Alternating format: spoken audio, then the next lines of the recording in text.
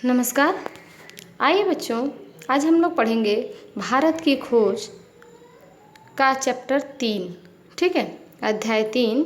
आज पढ़ेंगे सिंधु घाटी की सभ्यता। बहुत ही इम्पोर्टेंट है बेटा, आप लोग इसको ध्यान से पढ़ेंगे और ये अभी के लिए भी और हमेशा के लिए, जैसे आप अभी कभी आगे ग्रेजुएशन वगैरह या फिर इंटरमीडिएट वगैरह में भी इनके टॉपिक सिंधु घाटी की सभ्यता से संबंधित विषय आपको मिलते रहते हैं। ठीक है, तो आगे भी आपको भी बहुत काम आने वाला है, तो इसीलिए आप लोग जब इसको पढ़ेंगे तो ध्यान से सुनेंगे। ठीक है,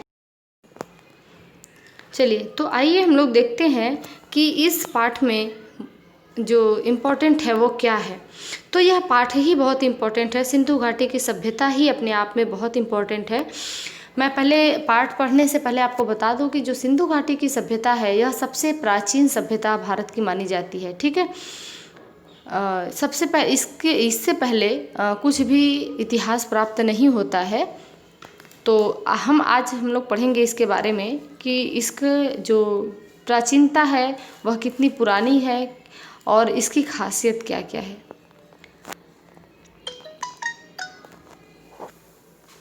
भारत के अतीत की सबसे पहली तस्वीर उस सिंधु घाटी सभ्यता में मिलती है जिसके अवशेष सिंध में मोहनजोदड़ो और पश्चिमी पंजाब में हड़प्पा में मिले हैं। इन खुदाइयों ने प्राचीन इतिहास की समझ में क्रांति ला दी है। तो देखिए बच्चों, भारत के अतीत अर्थात जो बीता हुआ कल है, उसकी सबसे पहली तस्वीर सिंधु घाटी की सभ्यता में ही मिलती है। जो मतलब भारत का इतिहास है उसमें अगर सबसे पहला या सबसे पुराना देखा जाए तो सिंधु घाटी की सभ्यता मिलती है, जिसके अवशेष अर्थात जो बचा हुआ पार्ट है। मान लीजिए कोई मकान है, गिर गया है, उसके कुछ पार्ट्स बचे हुए हैं, उसको हम लोग बोलते हैं अवशेष। सिंध में मोहनजोदड़ो और पश्चिमी पंजाब में हड़प्पा में मिले हैं। ठीक है, उसके अवशेष कहाँ मिले हैं? मोहनजोदड़ो और हड़प्पा में। इन खुदाइयों ने प्राचीन इतिहास की समझ में क्रांति ला दी है। इन खुदाइयों की वजह से हमें प्राचीन इतिहास के विषय में जानने को बहुत कुछ मिला है। आगे देखिए, मोहनजोदड़ो और हड़प्पा एक दूसरे से काफ़ी दूरी पर हैं। दोनों स्थानों पर इन खंडहरों की खोज मात्र एक संयोग थी। इस बात में संदेह नहीं कि इन दोनों के बीच भी ऐसे बहुत से नगर और अवशेष दबे पड़े होंगे जिन्हें प्राचीन मनुष्यों ने बसाया होगा। यह सभ्यता विशेष रूप से उत्तर भारत में दूर दूर तक फैली थी। संभव है कि भविष्य में इस सुदूर अतीत को उद्घाटित करने का काम हाथ में लिया जाए और महत्वपूर्ण नई खोजें की जाए। इस सभ्यता के अवशेष इतनी दूर दूर जगहों पर मिले हैं, जैसे पश्चिमी में काठियावाड़ और पंजाब के अंबाला जिले में। यह विश्वास किया जाता है कि यह सभ्यता गंगा की घाटी तक फैली थी, इसलिए केवल सिंधु घाटी की सभ्यता भर ही नहीं, उससे भी बहुत अधिक है। अब देखिए, मोहनजोदड़ो और हड़प्पा दो सबसे प्राचीन शहर हैं। सबसे प्राचीन शहर कभी आपके एग्ज़ाम में आता है, अभी भी देखिए जैसे कॉम्पिटिटिव एग्ज़ाम वगैरह होते हैं तो उसमें आता है कि दो सबसे प्राचीन सिटी, ओल्डेस्ट सिटी का नाम आता है तो मोहनजोदड़ो और हड़प्पा। ठीक है, ये दोनों ही मिले हैं खुदाई में, लेकिन यह दोनों एक दूसरे से काफ़ी दूरी पर हैं। खंडहर का मतलब होता है बेटा जो अवशेष बचे हुए हैं। खंडहर मतलब जो पहले सभ्यता थी, जो पहले नगर वगैरह बने हुए थे, अब वो सब ध्वस्त हो गए हैं, वहाँ पे कुछ भी नहीं है, केवल वहाँ के कुछ पार्ट्स वगैरह बचे हुए हैं।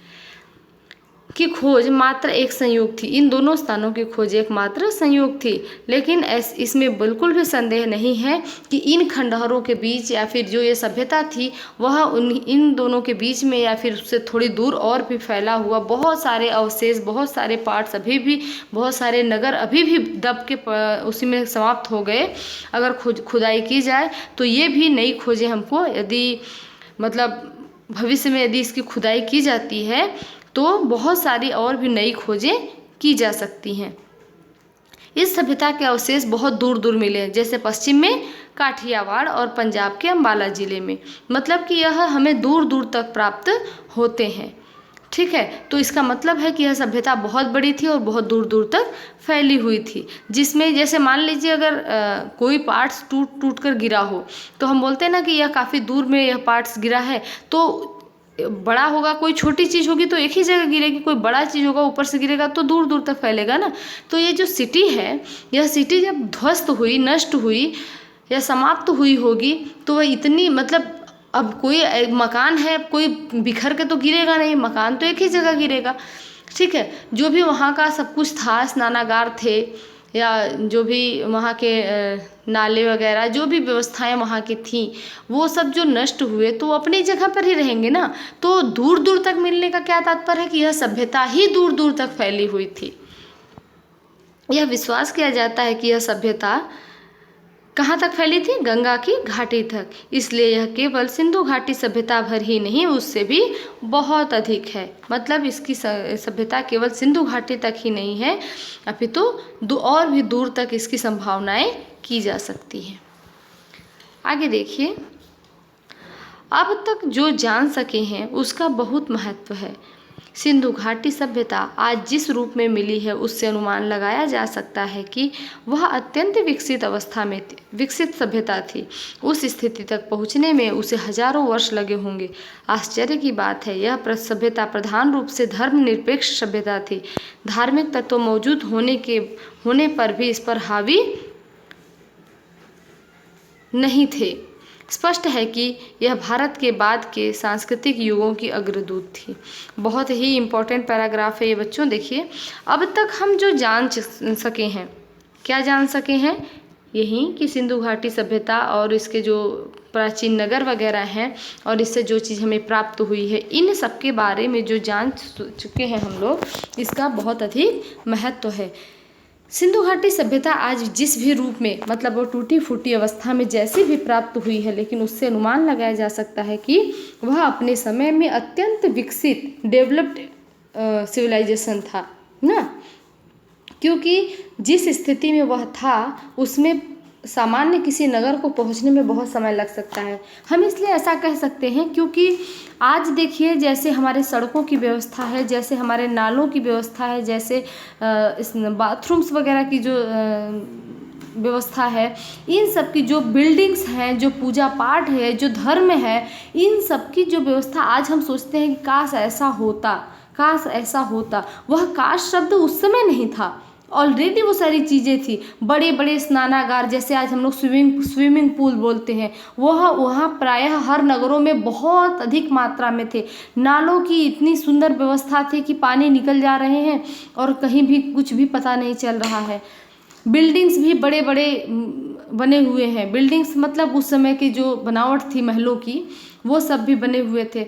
धर्मनिरपेक्षता के बारे में देखिए, बहुत ही इम्पोर्टेंट लाइन है ये। धार्मिक तत्व मौजूद रहने के बाद भी, जैसे कि सभी लोग अपने धर्म को, कोई शैव है शिव की पूजा करने वाला है, कोई वैष्णव है विष्णु की पूजा करने वाला है, कोई ईश्वर, कोई खुदा, कोई अल्लाह, किसको पूजने वाला है, बहुत सारे सभी अपने धर्मों को मानने वाले थे।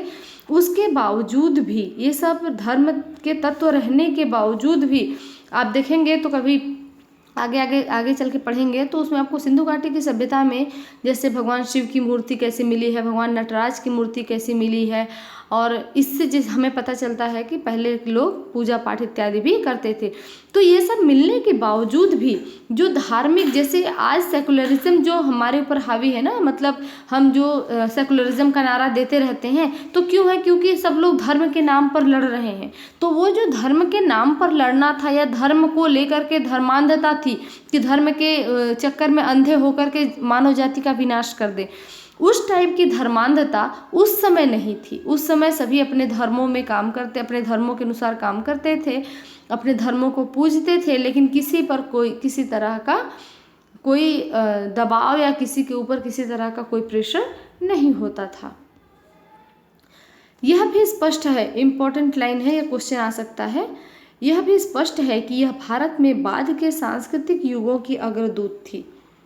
मतलब कहने का क्या है, जो इंडिया का कल्चर है उस कल्चर की यह अग्रदूत मतलब आगे चलने वाला, संदेश देने वाला, आगे पहुंचने वाला।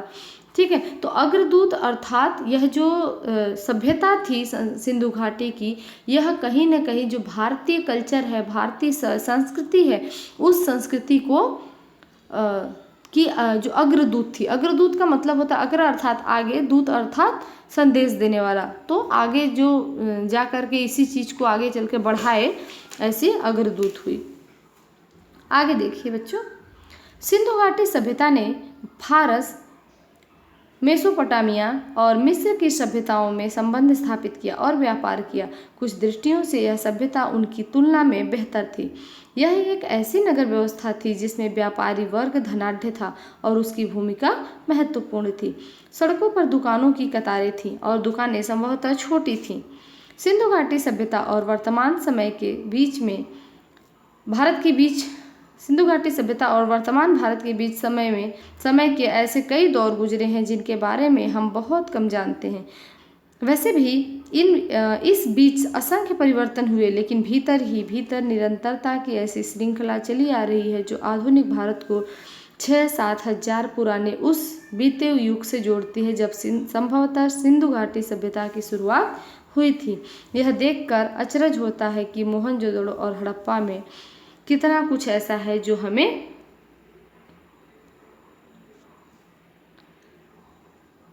चली आ रही परंपरा और रहन सहन की लोक प्रचलित रीति रिवाजों की दस्तकारी की, यहाँ तक कि पोशाकों के फैशन की याद दिलाता है।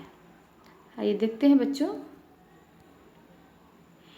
सिंधु घाटी की सभ्यता ने फारस, मेसोपोटामिया और मिस्र की सभ्यताओं से इन देशों से कहाँ फारस, मेसोपोटामिया और मिस्र की सभ्यताओं से उन्होंने संबंध स्थापित किया। किसने संबंध स्थापित किया? सिंधु घाटी ने। तो यह संबंध कैसे स्थापित करेगा? जब वहाँ आना जाना होगा, वहाँ के लोगों का व्यापार होगा, वहाँ के लोगों का रहन सहन अपनाना, या वहाँ के लोगों के साथ अपने जैसे चाहे वो व्यापारिक एरिया में हो, चाहे वह टूरिज्म वगैरह के एरिया से हो, तो जब वहाँ से लोगों ने संबंध स्थापित किया तो वहाँ के जो कल्चर है, वहाँ के जो सिविलाइजेशन है, उनको अपने अंदर ढाला और अपने कल्चर को उनके अंदर डाला। तो कहीं ना कहीं यह कल्चर का क्या हो गया? आदान प्रदान हो गया और व्यापार भी किया। कुछ दृष्टियों से यह सभ्यता उनकी तुलना में बेहतर थी, अर्थात जो यह सिंधु घाटी की सभ्यता थी वह फारस, मेसोपोटामिया और मिस्र की सभ्यताओं से क्या थी? बेहतर थी। यह एक ऐसी नागर सभ्यता का मतलब है सिटी, नगर सभ्यता मतलब कि सिटी सिविलाइजेशन, मतलब जो नगरीय सभ्यता है जैसे शहर में होता है उस टाइप से, गांव की सभ्यता नहीं, नगर की सभ्यता, जिसमें व्यापारी वर्ग धनाढ्य था। जो बिजनेसमैन थे वह बहुत ही अमीर हुआ करते थे और उनकी ही भूमिका महत्वपूर्ण हुआ करती थी। सड़कों पर दुकानों की कतारें थीं और दुकानें संभवतः छोटी थीं। मतलब जो रोड थे, जैसे आज की व्यवस्था हम देखते हैं सिटी में कि कोई रोड है, रोड के दोनों किनारे चमकते दमकते दुकान लगे रहते हैं। कभी जो बड़े मार्केट हैं, कभी उधर निकलिए रोड पर तो दोनों साइड देखिए कितनी दुकानें लगी होती हैं और बल्ब चमकते रहते हैं। तो दुकानें थी, लेकिन वह दुकानें कैसी थी? छोटी छोटी थी। सिंधु घाटी सभ्यता और वर्तमान समय के बीच के कई ऐसे दौर गुजरे हैं जिनके बारे में हम बहुत कम जानते हैं। मतलब जो सिंधु घाटी की सभ्यता है और जो वर्तमान समय है, वर्तमान समय मतलब यह पंडित जवाहरलाल नेहरू के समय की बात है, जब ये उन्होंने भारत की खोज जो लिखा है डिस्कवरी ऑफ इंडिया, यह उन्हीं की बुक से हिंदी अनुवाद किया गया है। तो यह जो पुस्तक है यह उनके समय में, जब पंडित जवाहरलाल नेहरू के समय में लिखा गया है, तो उस समय के वर्तमान समय की बात कर रहे हैं कि जो सिंधु घाटी की सभ्यता है और जो वर्तमान समय का भारत है, इन दोनों के बीच में बहुत मतलब कई दौर गुजर गए, कई जो महत्वपूर्ण परिवर्तन हुआ जिसको कुछ हम जानते हैं और कुछ नहीं भी जानते हैं। लेकिन यह कहीं ना कहीं वह सीरियली चला आ रहा है, श्रृंखलाबद्ध रूप में सीरियली चला आ रहा है। हमको यह एहसास नहीं हो रहा, लेकिन कहीं ना कहीं उससे कनेक्टेड होकर के आ रहा है। यह आधुनिक भारत को 6-7 हजार पुराने उस युग से जोड़ता है। क्यों? दरअसल जो सिंधु घाटी की सभ्यता है उसके कुछ जैसे परिवर्तन, मान लो उसमें जो सभ्यता थी वो सभ्यता थोड़ी परिवर्तन होके आगे आई, फिर थोड़ी परिवर्तन हुआ, फिर थोड़ा परिवर्तन हुआ, मतलब परिवर्तन होते होते आज आकर के बहुत परिवर्तन हो गया भारत में। लेकिन फिर भी वह उसी की वही इसका अग्रदूत है, वही इस सभ्यता का मूल रूप है। इसीलिए कहीं ना कहीं आज भी हमें आज की सभ्यता में ही उसका अंश हमें दिखाई देता है। ठीक है, तो इसीलिए वहाँ से चली आती हुई बहुत सारे 6-7 हजार साल बीत गए, लेकिन उसके बावजूद भी ऐसा लगता है कि वह उसी सभ्यता से हमें जोड़ करके रखी है जब सिंधु घाटी की सभ्यता की शुरुआत हुई थी। यह देखकर आश्चर्य होता है हमें, अचरज मतलब आश्चर्य, कि मोहनजोदड़ो और हड़प्पा में बहुत कुछ ऐसा है जो कि हमें जानने लायक है, जो कि हम जानते हैं। ये देखिए बच्चों, ये है स्नानागार, ठीक है। स्नानागार मतलब बाथरूम, देखिए कितने बड़े हैं। ये देखिए आप, ये पूरा, ये इधर बैठने टाइप का, ये सीढ़ियाँ देखिए बनी हुई है, ये सारी सीढ़ियाँ हैं, उधर भी सीढ़ियाँ हैं और इसके बाद इस साइड भी सीढ़ियाँ हैं, ठीक है। और ये सारा बैठने के लिए, यहाँ देखिए, यहाँ बैठकर नहाने के लिए, इधर बैठ के नहाने के लिए, और ये पूरा इधर, ये पूरा एरिया क्या होता था, पानी भरा रहता था, ठीक है। और ये देखिए इधर भी बैठने के लिए, ये सारी चीज़ें क्या है, बैठने के लिए पूरा स्नानागार भरा रहता था। और ये काफ़ी बड़े बड़े स्नानागार, और ये पूरे सिटी में इस तरह से व्यवस्था बनी हुई थी। और ये देखिए, ये जो इधर है, इससे जो ये है नाली, ये पानी निकल जाने वाला है, ठीक है, इधर से पानी निकल जाता था। तो इसलिए उस समय जो व्यवस्था थी वह आज के युग की अपेक्षा बहुत अधिक विकसित हुआ करती थी, ठीक है।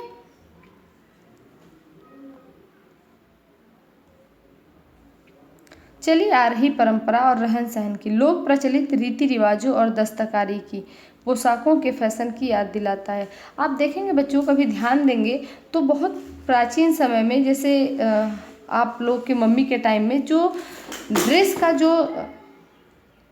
ड्रेस का पहनावा था, या जो बनावट थी, या जो डिज़ाइन थी, वह बीच में बंद होकर के अब आप देखेंगे तो वह फिर से स्टार्ट हो गई है। तो जो प्राचीन समय में जो रीति रिवाज थे, जो पोशाक पहनने का था, जो रहन सहन की प्रक्रिया थी, वह कहीं ना कहीं धीरे धीरे दोहराई जाती है। तो इसी तरह सिंधु घाटी के समय की जो पोशाक थे, रीति रिवाज थे, जो रहन सहन का तरीका था, वह भी आज कहीं ना कहीं कुछ अंश तक हमें दिखाई देता है, जो हमें उस समय की याद दिलाता है।